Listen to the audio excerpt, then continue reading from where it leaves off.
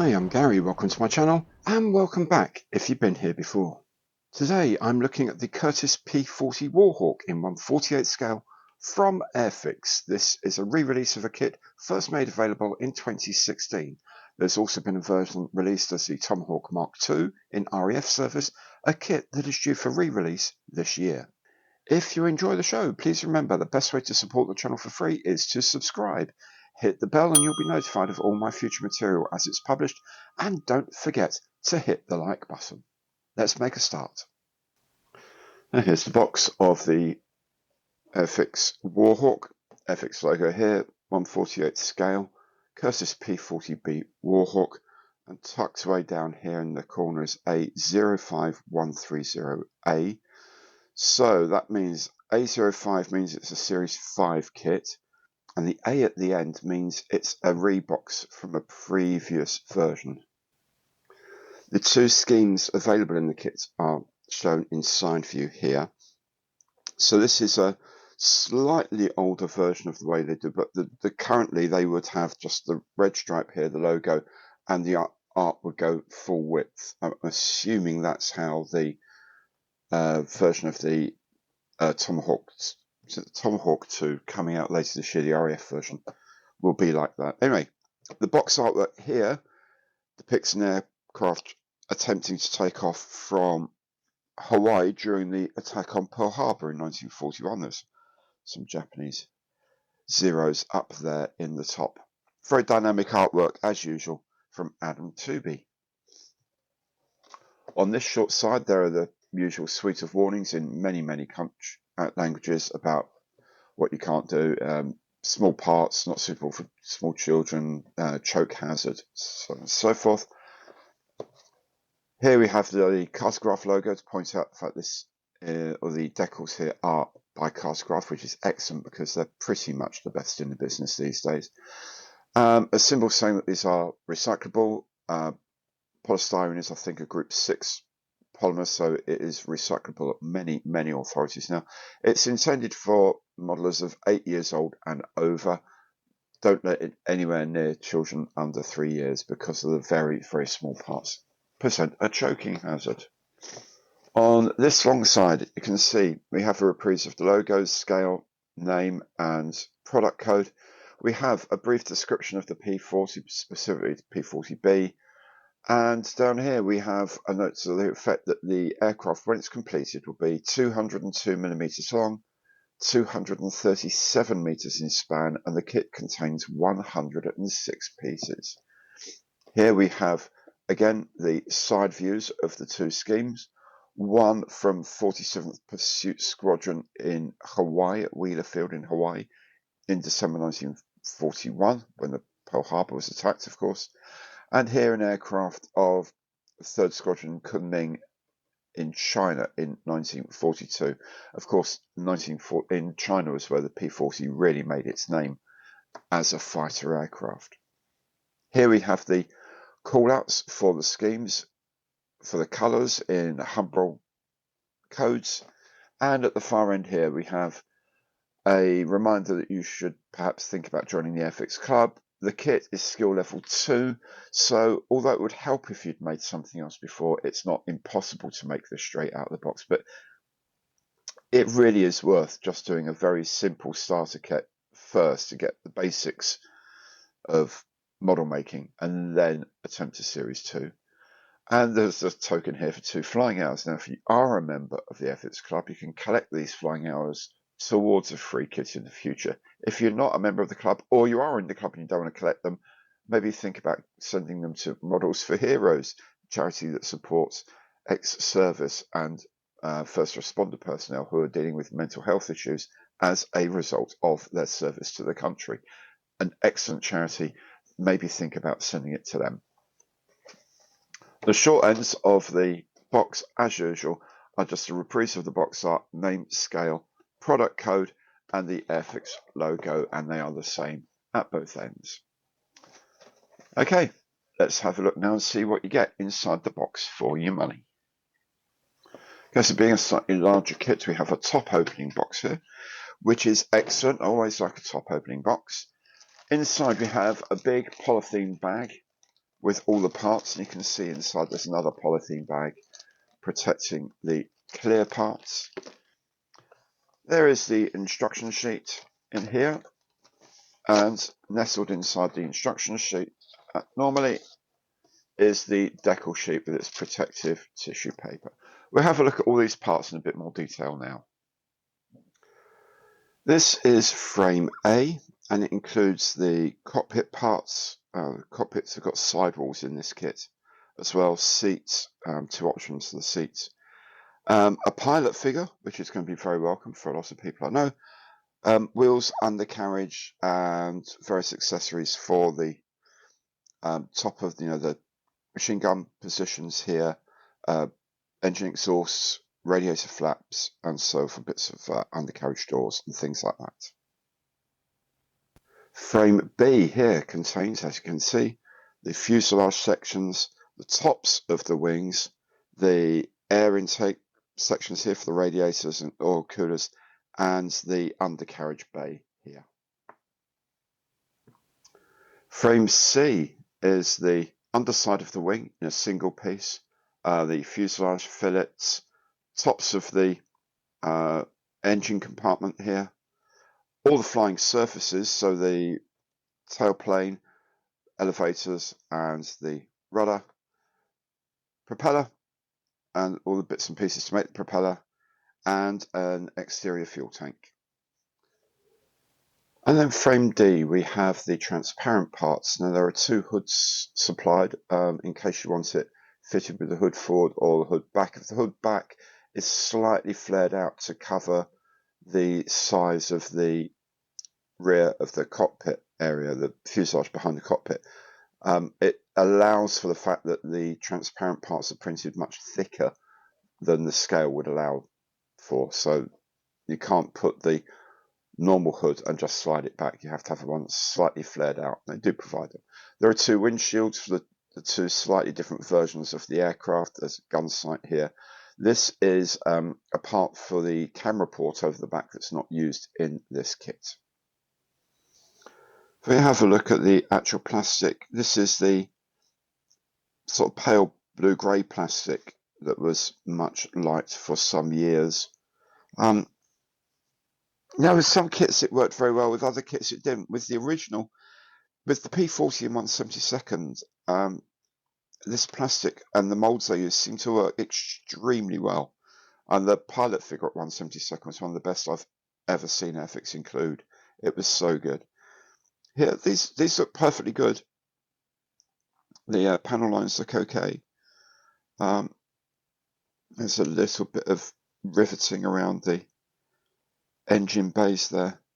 There's none on the rest of the aircraft. I don't know how prominent it actually was on the P-40. This is the camera port that's blanked over in this particular model. Yeah, the lines are okay. As with a lot of Airfix, it's that the detail's there, and it's relatively prominent compared with, say, Armour Hobby or Edward. The panel lines are quite thick, but then I think they're aiming to be made by people with a much broader range of ability, and so having slightly larger panel lines maybe makes it easier for people with less experience of weathering and detailing. I don't know, but anyway, that's just my thought. On the interior here, you can see all these structural things, ribs and longs or whatever. That's because on this side you could, on one version, have this as a clear part, so you could be able to see in to here. You can't on this part, so you're not going to see any of this detail at all. The ejector pins are okay. They're recessed nicely and occasionally trimmed down as well. You can see the roughness of the interior here, but the interior of the cockpit is entirely covered up by other parts anyway, so that's not an issue there. And then later on, where it's necessary, where they think you might see it, it's a little bit more polished. But if you were doing this interior visible, you'd want to get rid of those ejector pin marks there. All of those would need to be filled in. But as I say, I'm not on this kit because you can't see inside. The wings, again, panelled but not actually riveted. I don't know whether they had visible rivets. It's not a laminar flow wing, so I don't know how much time and effort they would have put into keeping them absolutely flush and invisible, especially in wartime. But again, the panel lines are there. They're reasonably chunky, but they're not stupidly big. And when there's a few coats of paint gone down on those, that might be quite useful. The undersides of the wings are the same, really. I mean, when you first look at it, you notice this bit and you think, oh my god, what's that? That's actually, I'll show you in a second, that's a cutout for an underwing lamp. This sort of effect of the fabric over the ailerons is actually quite nicely sculpted. I think that's quite cool. It's quite well done, especially for the age of the kit. It's like 2016-ish from memory. Yeah, these are nicely designed kits. So, as I say, the 172nd is a lovely little thing. Goes together really well. I'm hoping this will do the same. Yeah, the finish is fine. The exterior finish is good. The only thing that bothers me, I'll have a look on the inside, particularly here.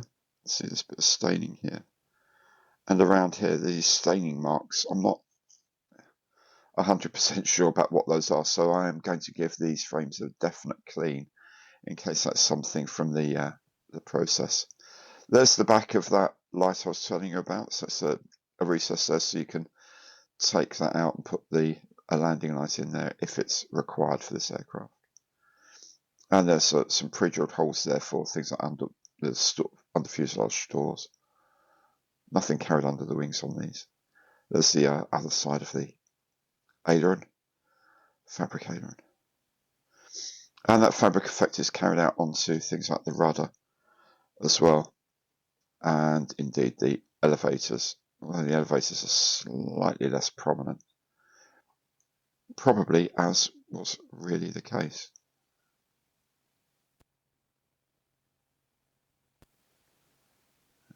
All these parts, yeah, they're clean enough.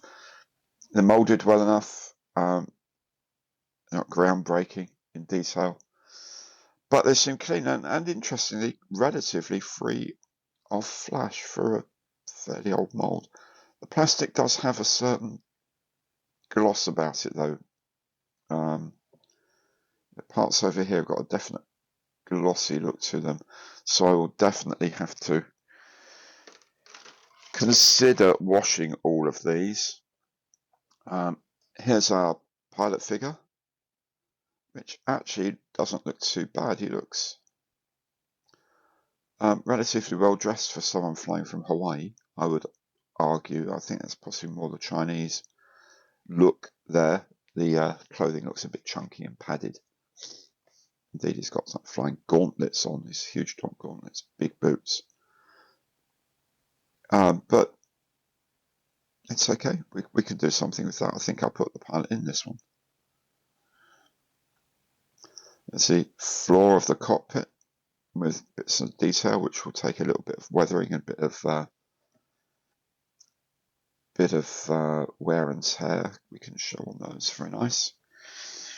And the interior of the cockpit itself, as I mentioned, you've got sort of large cockpit details in there, so the walls aren't that important to be all that cleanly rendered. And here's the throttle quadrant radio set, so on and so forth.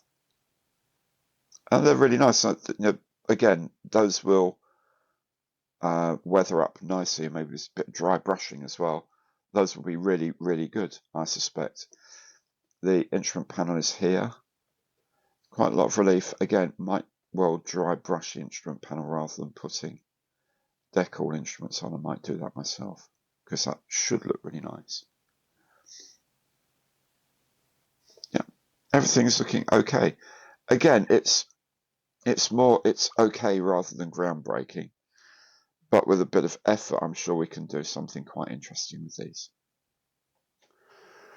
Here's the decal sheet, very standard Airfix fare, really.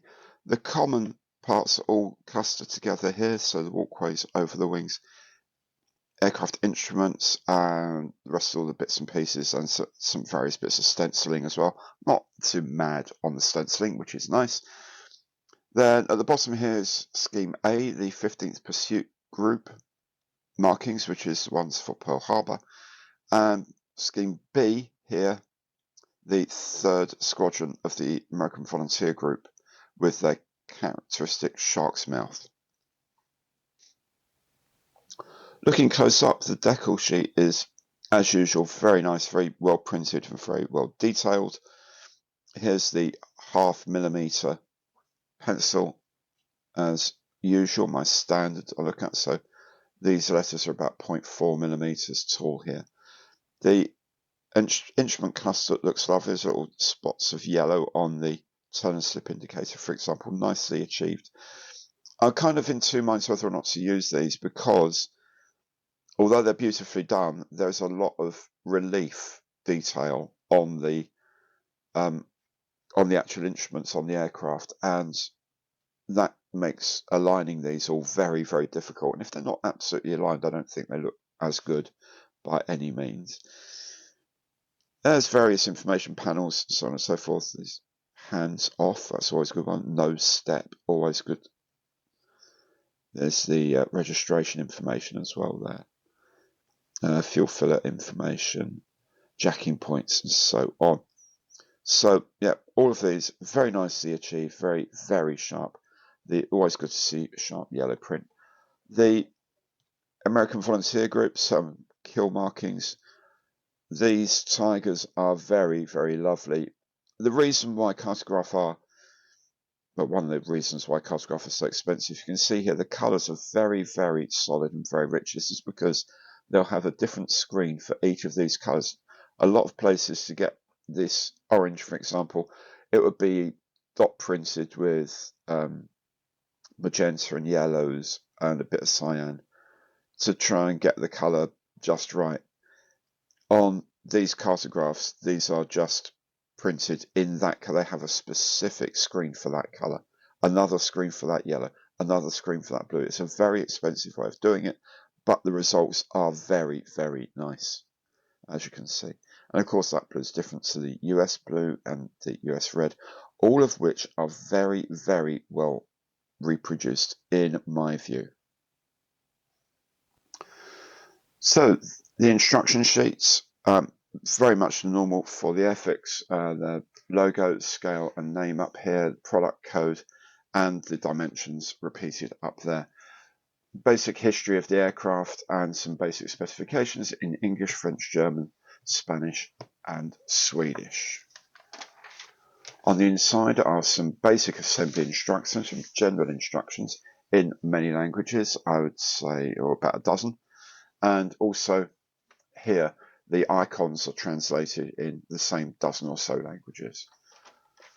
The actual instructions are very normal for Airfix. They're isometric drawn, they are shaded. There are some specific color area patch details like the aluminium here on the ground and things like the leather for the headrest here. As usual, I like the fact that the red here denotes something you've already just done. So you've just fitted that to the back of that, and that's where it goes, which is nice. Options, 2 different types of seats, incidentally, there. And also I like that on the interior here, there's some decals to put on interior, but they show you sort of larger versions of them, just so you're absolutely sure which decal goes where. Sometimes on decal sheets, the numbering can be a little unclear, let's say. So essentially you assemble the cockpit as a complete tub with these side features in. And then the whole thing could go in with the instrument panel. Again, there's the instrument set that goes on the instrument panel. I'll probably dry brush those. The pilot figure, again, gets put together and put in. And that's that. The instructions are very straightforward. Very simple bits. There's obviously various optional parts for various marks. You know, these covers over the rockers of the engine, you know, with the extra machine guns on there and things like that. If you are going to use a stand, you've purchased yourself an Airfix stand, there's a couple of holes there, 2mm holes that need to be drilled out, otherwise you'll leave those alone. Yeah, they are all very straightforward. There's no flaps on this, there's ailerons but no flaps to set instructions for the wheels up or down. And the wheels are weighted, so there's a reminder that they have to be aligned correctly for the weighting. And there's nothing major in the instructions to worry about. Really, it's optional windshield, depending on which version you're making. And here there's a bit where you have either the closed canopy or the open canopy. I'm kind of tempted by the open canopy as I'm putting the pilot in and doing a bit of work on the inside. Then there are the two schemes. This one is for the aircraft of 15th Pursuit Group at Wheeler Field, 47th Pursuit Squadron, the 15th Group in Oahu in Hawaii. That's not far from, it's right next door to Pearl Harbor, in fact. Flown by Second Lieutenant George Welsh on the day of the attack. And here is the aircraft flown by Flight Leader Robert Smith, 3rd Squadron of the American Volunteer Group in Kunming in China in June 42. There it is then. Hope you enjoyed that look inside the box. If you did, don't forget to subscribe, hit the bell for notifications of new releases, and don't forget the Imperial thumbs up on the like button. Thank you so much for watching. Take good care now, and goodbye.